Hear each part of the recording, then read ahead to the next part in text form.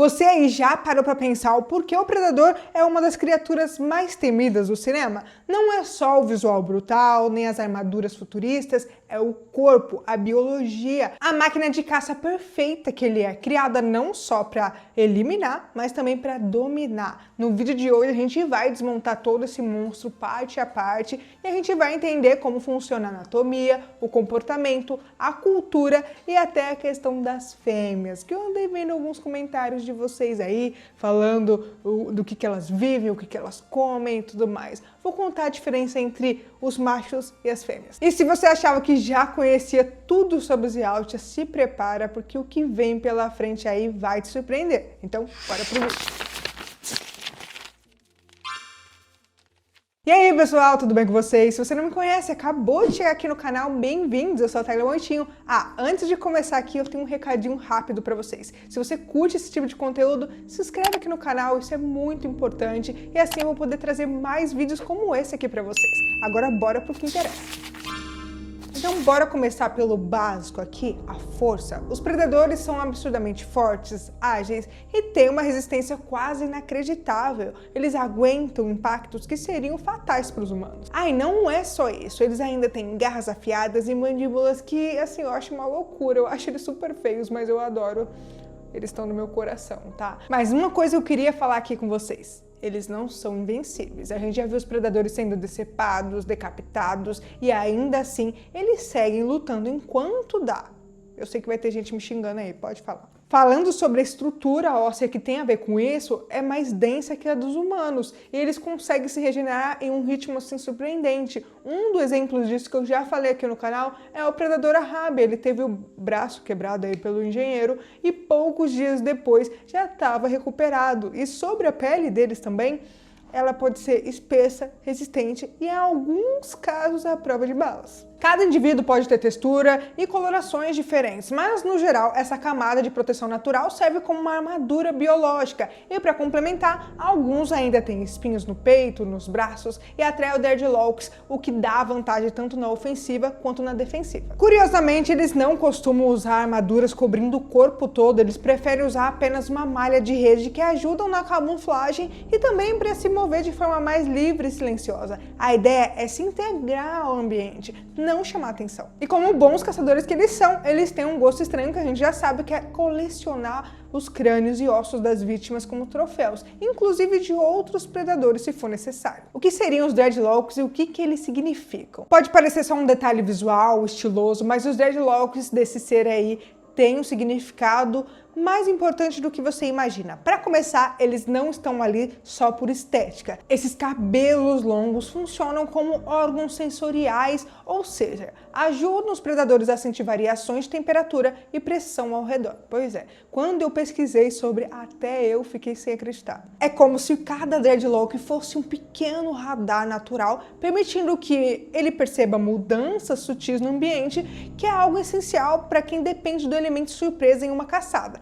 Mas não para por aí, tá? Porque a aparência dos Dreadlocks também carrega um simbolismo bem forte social, porque os predadores com dreads mais curtos são vistos como inexperientes, quase como iniciantes no mundo da caça ali. Já o que ostentam os Dreadlocks, longos e até grisalhos, são respeitados como veteranos. Isso te lembra alguma coisa? Em algumas histórias, os predadores que perdem os Dreadlocks contra a vontade, como no caso do Capitão Stoneheart, que teve todos arrancados no experimento de lavagem cerebral, são vistos como desonrados. Ou seja, mexer com os dreads de um predador é mexer com o orgulho dele.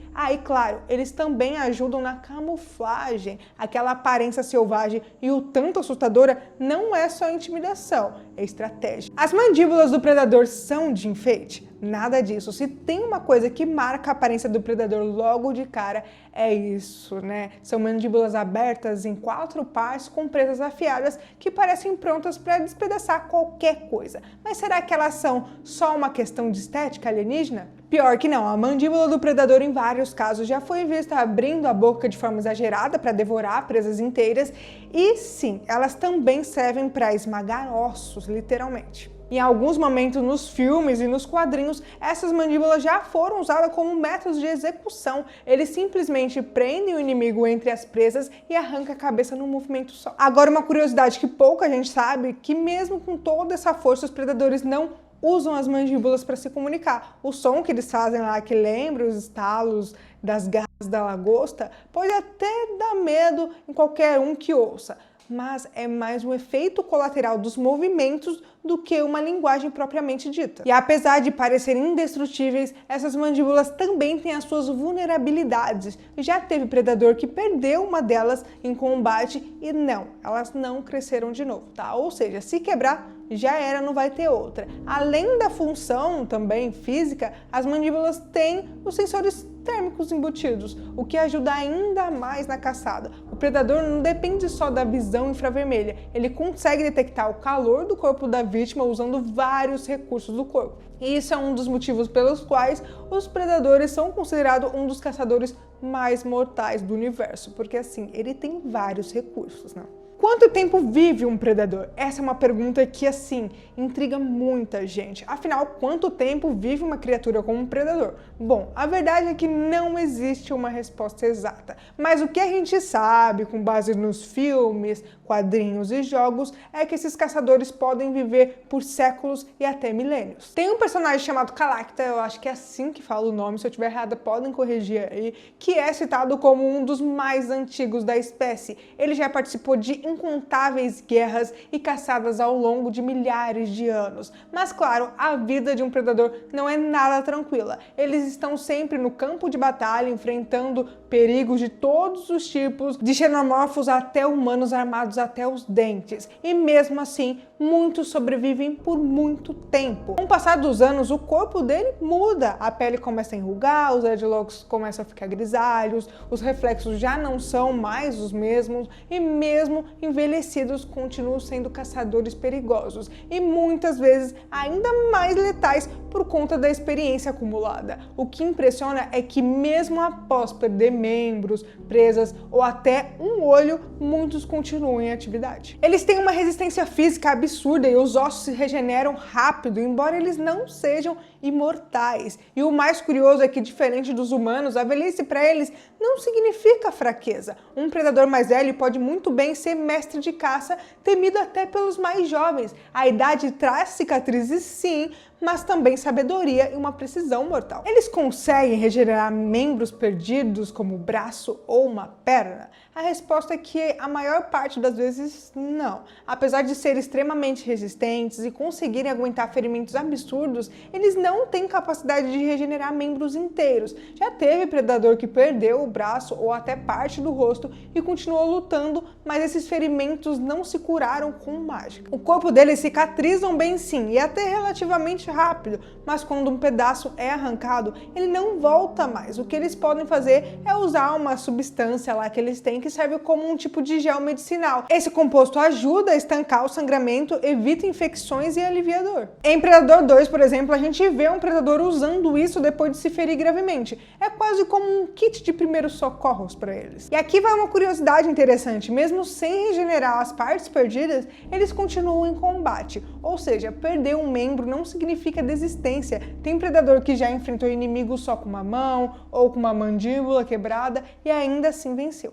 Em algumas histórias mais alternativas dos quadrinhos, aparece um outro ser com uma suposta habilidade de regeneração, mas isso está mais relacionado a variações específicas ou até em outros tipos de criaturas que cruzaram com os predadores, como mutações. Entre os Yautjas normais, isso não é comum, tá? Inclusive, até hoje, nenhum filme ou mídia oficial mostrou um predador com próteses robóticas ou membros cibernéticos. No máximo, a gente viu uma personagem chamada Yaquita, eu acho que é assim o nome dela, numa trilogia chamada Range War, onde algo parecido aconteceu com ela e ela usou uma cadeira de rodas adaptada após perder os membros. Ou seja, quando eles perdem, eles lidam com a perda, não substituem. Em resumo, os predadores são duros na queda, mas não são indestrutíveis. Eles resistem, se adaptam e seguem em frente, mas as partes arrancadas não voltam, é isso. E talvez isso torne eles ainda mais assustadores, porque mesmo mutilados, eles continuam caçando. Se você já achava os predadores brutais, impiedosos e mortais, no estado normal, pois saiba que tem um recurso biológico escondido neles que faz tudo isso parecer uma brincadeira de criança. Estamos falando da famosa e temida glândula de Matança. Esse nome já diz tudo. Trata-se de uma glândula especial presente em alguns tipos de predadores, principalmente uma subespécie chamada Richtkuten. Quando ela é ativada, ela libera um hormônio diretamente na corrente sanguínea da criatura. O predador perde o controle e fica extremamente agressivo, com uma força física ainda mais absurda e quase imune à dor. E o que acontece depois é como se você ligasse o modo monstro no máximo. E agora ele está num estado que só consegue pensar em destruir tudo que se mexe. Esse é o nível do problema. Nem todos os predadores têm essa glândula, o que leva à suspeita de que pode ter sido um tipo de experimento ou mutação em algumas linhagens específicas. Os que têm muitas vezes são usados como soldados de elite ou assassinos dentro da sociedade dos Yautja. E vale lembrar que esse estado de fúria tem um preço. Se a glândula fica ativada por muito tempo, o corpo do predador começa a colapsar. Então, por mais poderoso que ele fique, também se torna instável, como se fosse uma bomba relógio viva. Alguns fãs acreditam que esse hormônio tem uma ligação com a adrenalina natural da espécie, só que amplificada a níveis insanos. Outros acham que pode ser até um tipo de evolução proposital desenvolvida por predadores em guerras antigas. Mas o que a gente sabe com certeza é que quando essa glândula entra em ação, até os próprios predadores se assustam com o resultado. Essa pergunta que eu vou responder é um debate assim gigante entre os fãs. Afinal, dá para diferenciar o predador macho de uma fêmea? A resposta é que depende da fonte. Nos filmes isso nunca foi mostrado de forma clara, mas nos quadrinhos, nos livros e em alguns jogos a resposta é sim, existem diferenças e são bem interessantes. Primeiro que as fêmeas existem sim, embora até hoje não tenha aparecido oficialmente nos filmes, que eu vejo muito vocês perguntando, até quando eu falo sobre as HQs. E segundo as histórias do universo expandido, elas não ficam nem um pouco atrás dos machos, tá? Na verdade, muitas das vezes são ainda mais brutais, agressivas e estratégicas. Fisicamente, algumas representações mostram as fêmeas com quadris mais largos e até seios cobertos por armaduras. Outras versões vão para o lado mais neutro, retratando as fêmeas quase idênticas aos machos, só que com dreadlocks mais longos e olhos menores. A altura também pode variar e algumas são do mesmo tamanho dos machos e outras são ainda maiores. Mas o que quase todas as histórias concordam é que as fêmeas são caçadoras natas, assim como os machos. Elas não ficam esperando em casa, elas vão para a batalha, lideram grupos e em certos casos até são mais impulsivas que os homens. Algumas até preferem morrer lutando ao lado dos seus parceiros do que fugir ou se render. E na parte social, os predadores parecem seguir um modelo mais matriarcal em algumas tribos. Ou seja, as fêmeas podem ter um papel de liderança, tanto na criação dos filhos, quanto nas decisões importantes da tribo. Em várias histórias, os filhotes são criados apenas pelas mães, em núcleos familiares onde os pais já não têm muita presença. Já em termos de acasalamento, o que se sabe é que os predadores fêmeas escolhem seus parceiros com base na experiência de caça. Quanto mais cicatrizes, mais troféus, os deadlocks mais grisalhos, você já sabe. Isso é um sinal que eles sobreviveram a muitas batalhas. E isso, na cultura deles, é motivo de orgulho. As fêmeas da espécie, inclusive, consideram dreads longos como um indicativo de valor como parceiro. Olha só, basicamente, quanto mais longo o dread, mais desejado ele é. Parece que até os alienígenas pensam nessas coisas assim de atração, né? Tem até um lado prático dos dreadlocks, que eles são muito difíceis de cortar, porque tem circulação de sangue. Sim, você ouviu certo, tá? Por isso eles não são simplesmente cabelos, são uma parte viva e funcional do corpo do predador. Eu lembrei de uma coisa aqui que várias pessoas perguntam se o corpo do predador é igual o nosso, mas o que mais me surpreende é que tem vários relatos que sugerem que os predadores têm múltiplos corações. É isso mesmo. 4, 5, às vezes até mais, e isso explicaria o porquê eles conseguem continuar lutando mesmo depois de levar tiros, cortes profundos ou até explosões. Com mais coração funcionando, eles aguentam muito mais pancada que qualquer humano. Além disso, em algumas histórias é dito que o coração do predador tem propriedades especiais. Tem um trecho que se fala que se um humano comer o coração dessa criatura, pode ter a vida prolongada. É meio macabro, mas curioso, né? Depois de mergulhar tão fundo na anatomia, na cultura e nas peculiaridades dessa espécie brutal, uma coisa fica bem clara: os predadores não são apenas monstros intergalácticos. Seja pelos sentidos aguçados, pela força sobre-humana, pela capacidade de se camuflar ou até pelo sangue que brilha no escuro. Eles não apenas enfrentam, mas eles desafiam tudo, humanos, alienígenas, vocês já sabem, né? E talvez o mais fascinante disso tudo seja perceber que por trás das presas, das mandíbulas e da violência existe um certo tipo de inteligência organizada e até de certa forma uma humanidade distorcida. Eles sentem orgulho, têm rituais, buscam glória e isso torna eles ainda mais assustadores. São estrategistas, são guerreiros, são caçadores natos. O que você acha dos predadores? Qual parte da anatomia ou da cultura deles que mais te surpreendeu? Me conta aqui.